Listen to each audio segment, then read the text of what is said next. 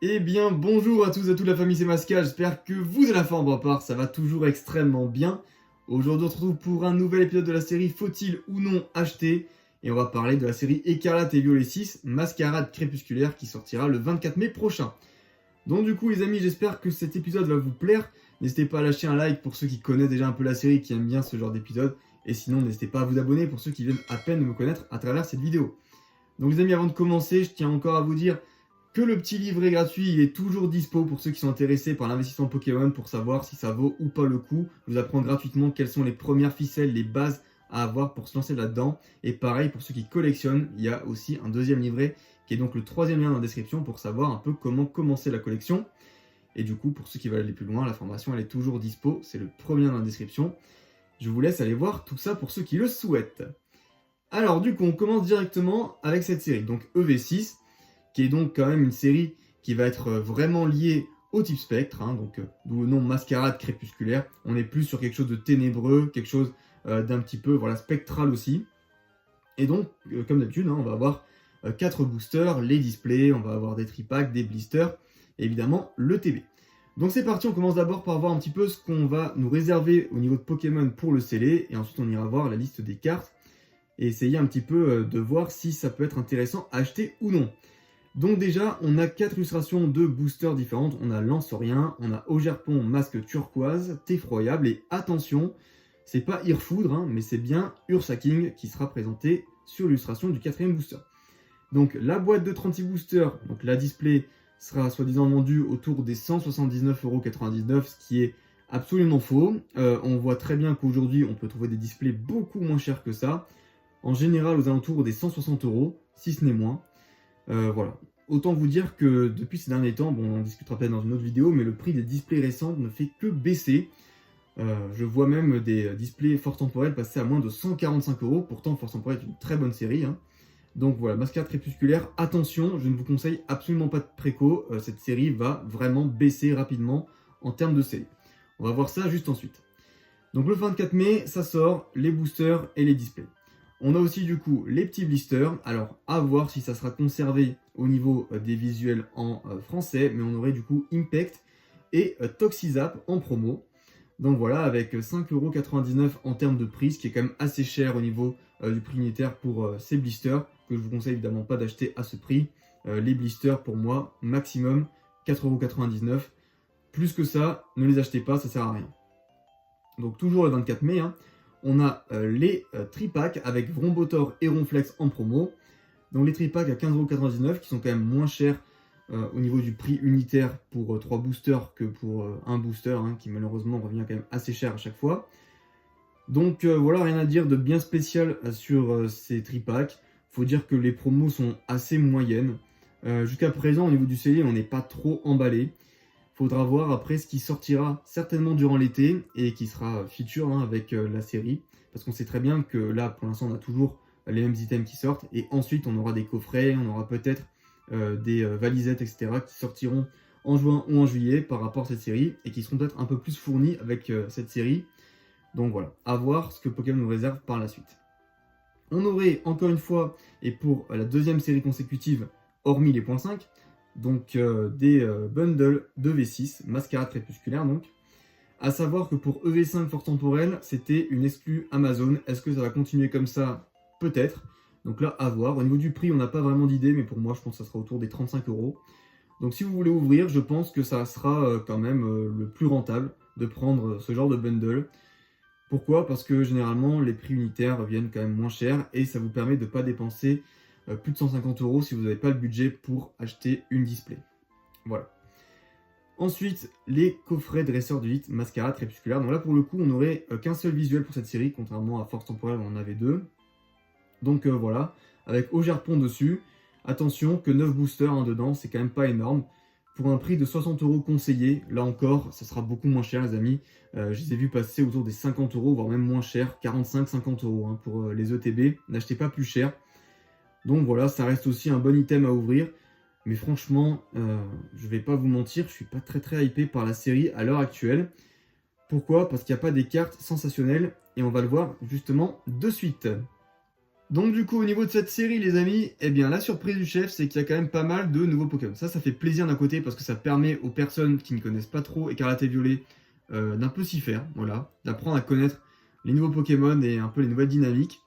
D'un autre côté, j'ai l'impression qu'ils les ont un petit peu tous mis dans cette série-là, ce qui peut faire too much, et c'est dur, honnêtement, pour des gens comme moi qui ont connu Pokémon à l'époque, mais qui se sont arrêtés vraiment à XY, quoi. Après, à partir de XY, c'était quand même assez compliqué avant d'apprendre les noms des Pokémon et tout, et de savoir quel est le rôle de chaque légendaire, de chaque fabuleux. Je trouve que c'est très dur.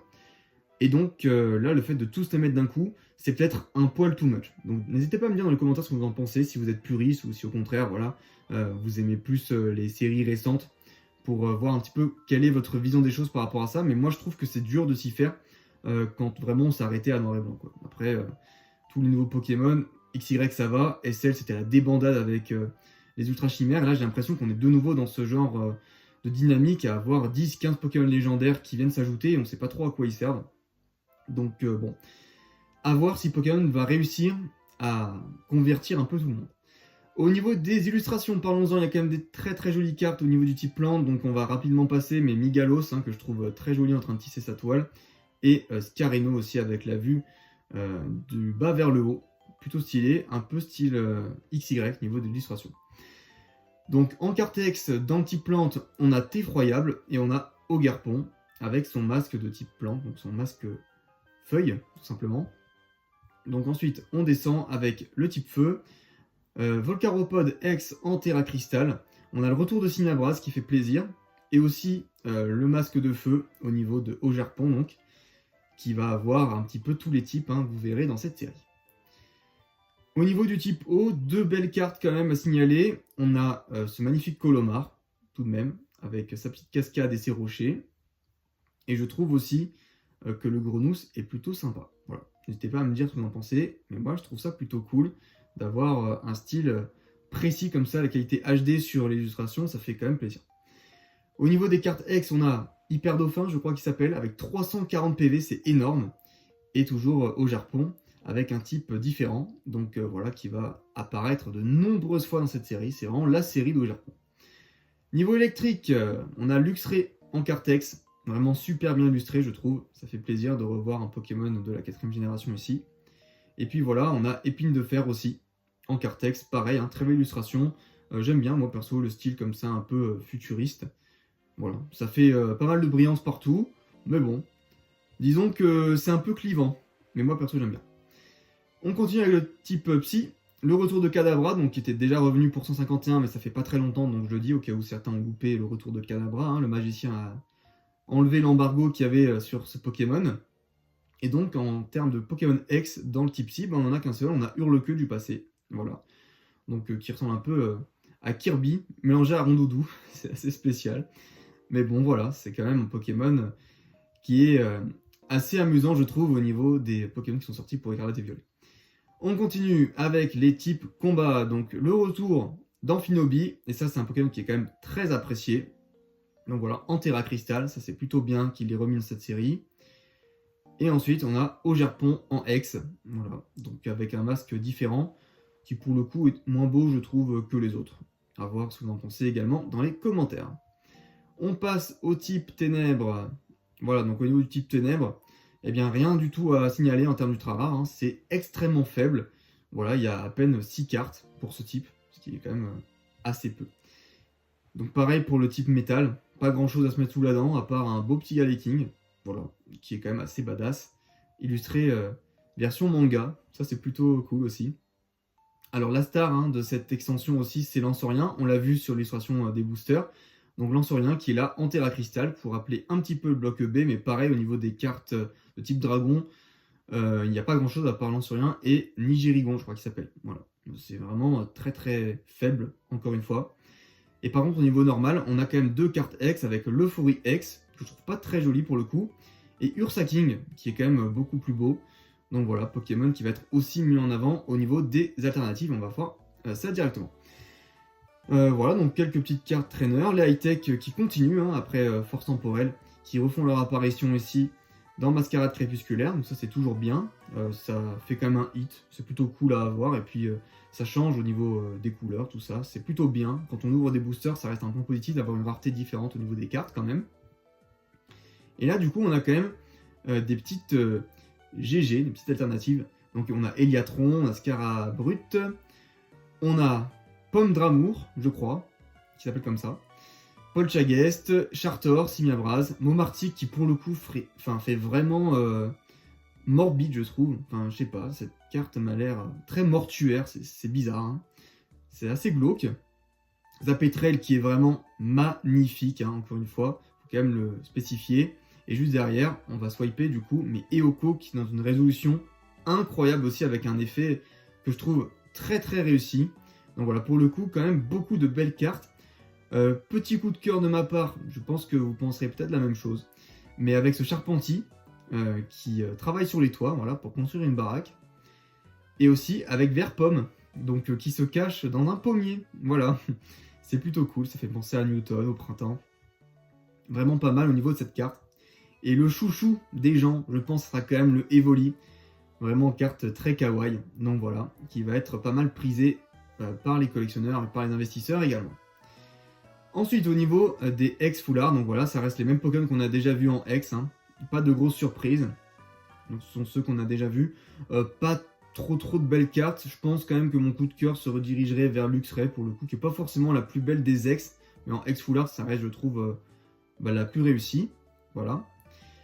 Et puis après, si on descend, on a aussi de beaux dresseurs. Donc on a Nephi, ici, qui est plutôt sympa, avec sa canne à pêche. Et on a aussi Lucio, du Conseil 4, de Diamant et Perle. Les autres dresseurs, je vous avoue que je ne les connais pas. Donc au niveau des alternatives, assez décevant, on va pas se mentir. Donc on a quand même Teffroyable, qui est plutôt sympa, dans un style un peu neutre, hein, on va dire, très très sombre. On a Amphinobi, qui pour moi sera quand même la carte la plus appréciée de cette série, hein. Et voilà, qui risque de coûter cher parce qu'on sait que Amphinobi est un Pokémon très apprécié. Et dans un style différent, eh bien on a Upsacking qui fait son Winnie l'ourson et qui cherche du miel, voilà. Goinfrex et Tedursa qui sont jaloux. Mais voilà, c'est plutôt une carte qui va pas coûter très cher, mais qui va être sympa à avoir, parce que quand même ça reste une carte assez kawaii et qui est jolie. Dans le même style un peu que le Mouflair de Tempête Argentée, je pense. Et puis le Florilège, hein, voilà, de carte d'Augerpon. Donc avec les masques différents, mais ça reste toujours dans le même style. Et pour moi, ça reste des énormes flops, malheureusement. Trop stylé japonais. Et je pense que ça ne plaît pas à tout le monde. C'est bien d'en avoir quelques-uns, on va dire, des artworks comme ça dans une série, mais vraiment pas que ça. Et là, pour le coup, c'est too much. Voilà. Et donc ensuite, pour moi, le gros point fort, en fait, quand même, de cette série, ça reste au niveau des dresseurs alternatives. Donc, je crois pas que ce soit Sabrina, mais elle ressemble à Sabrina.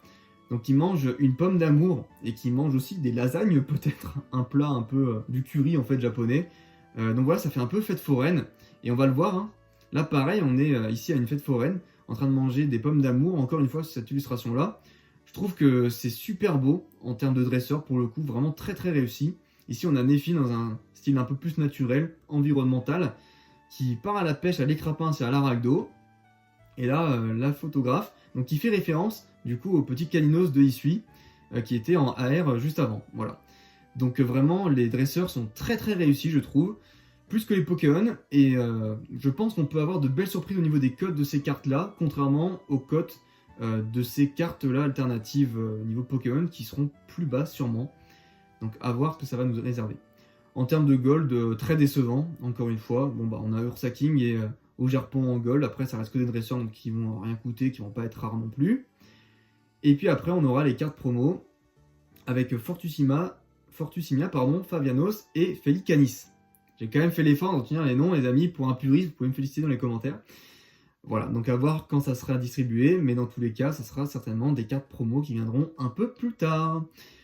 Voilà les amis, donc si on fait un bilan très très rapide de cette série, je trouve que c'est plutôt bien au niveau de l'intention Pokémon de vouloir nous faire découvrir de nouveaux Pokémon. Mais pour moi, les bangers se retrouvent au niveau des AR et au niveau des dresseurs alternatives, et pas trop au niveau des Pokémon X alternatives, malheureusement, ni au niveau des foulards Terra Crystal, hein, qui sont quand même assez dégueux. Donc voilà. J'aurais bien vu cette série sortir en automne, pour le coup, je trouve ça plutôt cohérent, mais là, avec le printemps qui arrive et les beaux jours, je sais pas, j'ai du mal à me mettre dedans. Je pense que pas mal de gens vont attendre la série de V6.5 si ça arrive, ou de EV7, ça dépend, si EV6.5 arrive avant EV7 ou après EV7, et du coup ça serait EV7.5, on sait pas trop pour l'instant, mais voilà, ça sera pour moi cette série-là qui sera plus hypée, et cette série sera vraiment délaissée. Vous avez trouvé du scellé beaucoup moins cher qu'au prix conseillé qu'on a vu en début de vidéo, et les cartes, pareil, après une semaine ou deux, après la sortie donc, pareil, ça va baisser, et avant de remonter, ça va mettre quelques mois, je pense franchement que sur les grosses cartes, on va mettre peut-être un an et demi avant de voir les cotes remonter. Cette série va être écoulée dans plein de coffrets qui sortiront à partir de cet été 2024. Et donc, on va en voir pendant un petit bout de temps, malheureusement. Ça reste mon avis, donc n'hésitez pas à me dire ce que vous pensez dans les commentaires. Évidemment, j'ai pas la science infuse, donc ça me fera vraiment plaisir de discuter avec vous à ce sujet. Voilà les amis, j'espère que cette vidéo vous aura plu. Si c'est le cas, n'hésitez pas à vous abonner si ce n'est pas encore fait. N'hésitez pas à lâcher le petit like. Sur ce, je vous dis à la prochaine. Portez-vous bien, dans la prochaine vidéo. Bye bye.